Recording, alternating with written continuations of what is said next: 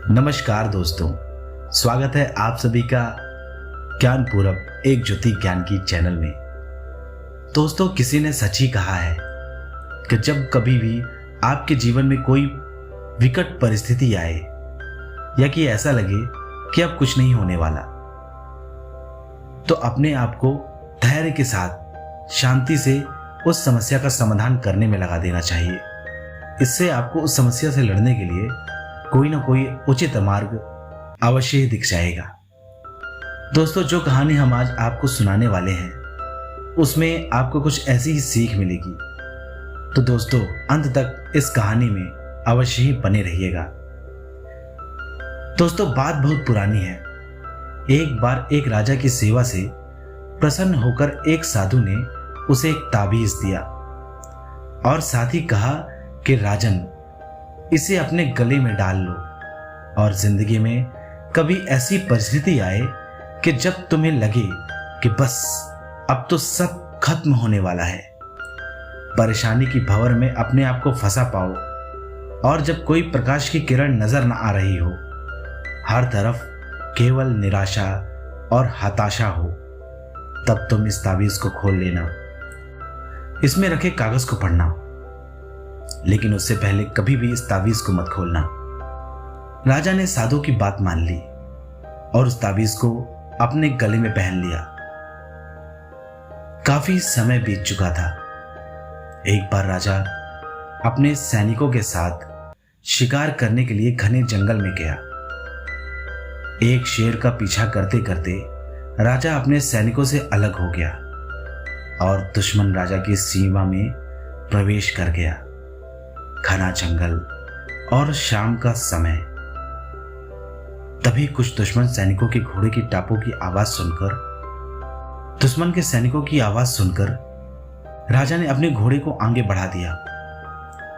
अब क्या था, राजा आगे आगे, दुश्मन सैनिक उसके पीछे पीछे।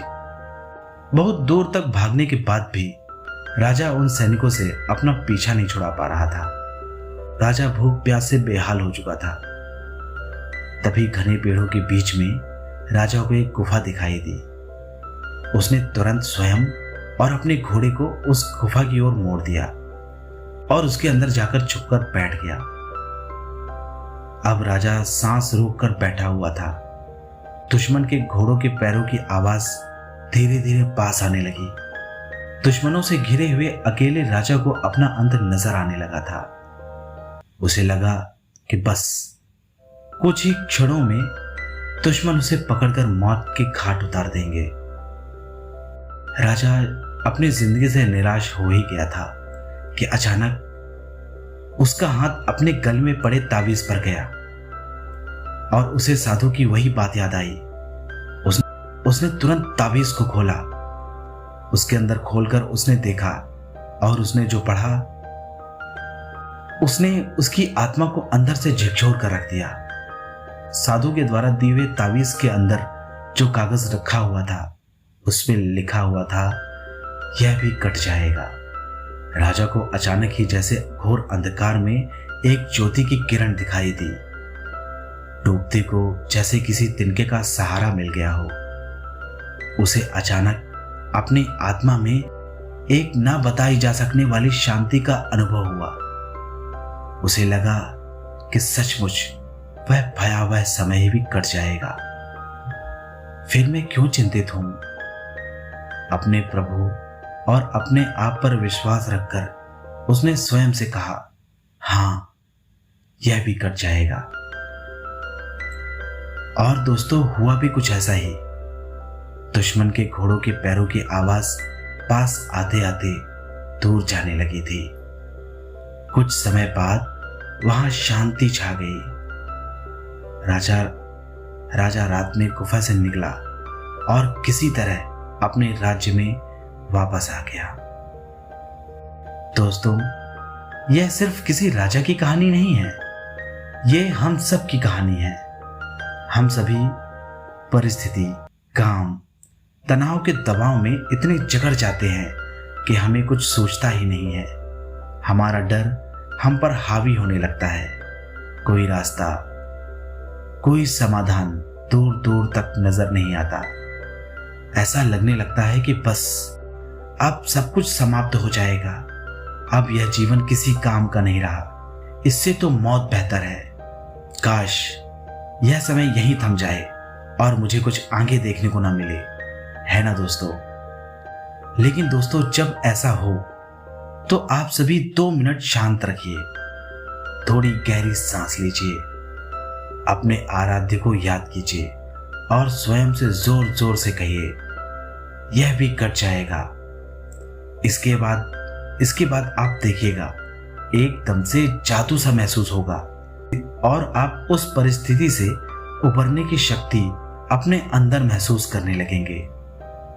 आप सब भी इसको अपनी परेशानियों के दौर में जरूर कीजिएगा।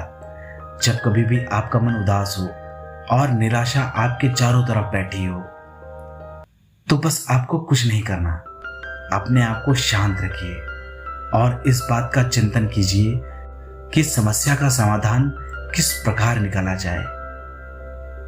अपने आप को एकदम शांत छोड़ दीजिए। आपको इस घने अंधेरे में एक रोशनी की किरण अवश्य दिखाई देगी और फिर आप पाओगे आपके पास उस कठिन परिस्थिति से निकलने के कई सारे मार्ग उपस्थित होंगे। तो दोस्तों आशा है कि आपको यह सूत्र आपके जीवन में भी यह एक प्रेरणादायक सिद्ध होगा। तो दोस्तों आज के लिए बस इतना ही। कल फिर मिलते हैं किसी और नई कहानी के साथ हम लोग।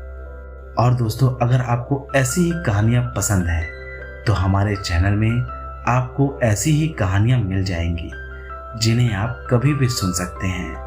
तो दोस्तों आज के लिए बस इतना ही। कल फिर मिलते हैं किसी और नई कहानी के साथ हम लोग। तब तक के लिए नमस्कार और वीडियो में अंत तक बने रहने के लिए आप सभी का बहुत बहुत धन्यवाद। जय श्री कृष्ण, राधे राधे, हर हर महादेव।